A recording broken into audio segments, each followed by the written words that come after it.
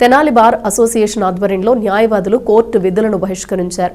పత్తికొండలో criminal procedure కోడ్కు విరుద్ధంగా పోలీసులు వ్యవహరించిన తీరుకు నిరసన వ్యక్తం చేశారు. పత్తికొండ జూనియర్ సివిల్ జడ్జి కోర్టులో గౌరవ న్యాయమూర్తి, న్యాయవాదులు అందరూ చూస్తుండగానే పోలీసులు నిందితుడిని బలవంతంగా బయటకు తీసుకుని వెళ్లారు. క్రిమినల్ ప్రొసీజర్ కోడ్కు వ్యతిరేకంగా పోలీసులు చేసిన దుందుడుకు చర్యకు నిరసనగా శుక్రవారం తెనాలిలో బార్ అసోసియేషన్ ఆధ్వర్యంలో న్యాయవాదులు విధులను బహిష్కరించారు.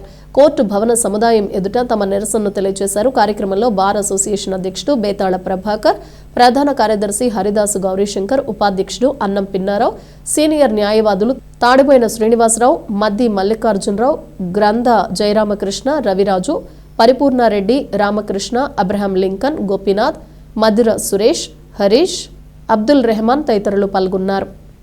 చిప్పగిరి పోలీస్ స్టేషన్ పరిధిలో ముద్దాయి పత్తికొండ కోర్టులో వాలంటరీగా సరెండర్ అవ్వటానికి వచ్చాడు. వస్తే ఒక అడ్వకేట్ సమక్షంలో ఆయన తీసుకెళ్లి జడ్జి గారి దగ్గర సరెండర్ చేయడానికి సరెండర్ పిటిషన్ ఫైల్ చేసి జడ్జి గారి నోటీసులో కూడా పెట్టిన సందర్భంలో కూడా ఎవరైతే ఈ Chippagiri police station SI, Pattikonda police station SI వీళ్ళిద్దరూ కూడా అతన్ని అతి కిరాతకంగా దౌర్జన్యంగా లాక్కొని తీసుకొని పోలీస్ స్టేషన్ నిర్బంధించారు.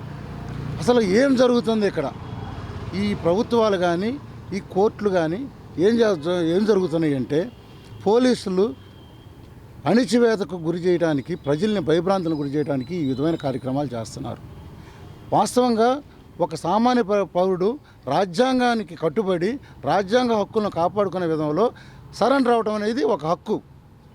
అతన్ని సరెండర్ చేసే హక్కు న్యాయవాదికి ఉంది. వీటన్నిటిని ఉల్లంఘించి కోర్టులను కూడా లెక్క చేయకుండా వాళ్ళ ఇష్టానుసారంగా వాళ్ళు ముద్దాయిని తీసుకెళ్ళి నిర్బంధించడం అనేది చాలా భయంకరమైన నేరము. అయినా కానీ ఈ పరిస్థితిలో అధికారులు, పోలీస్ అధికారులు, ఉన్నతాధికారులు, రాష్ట్ర ప్రభుత్వం అందరూ కూడా గమనించాలి. అసలు అడ్వకేట్కి ప్రొటెక్షన్ యాక్ట్ కల్పించమని మేము ఎప్పటి నుంచో కోరుతున్నాం.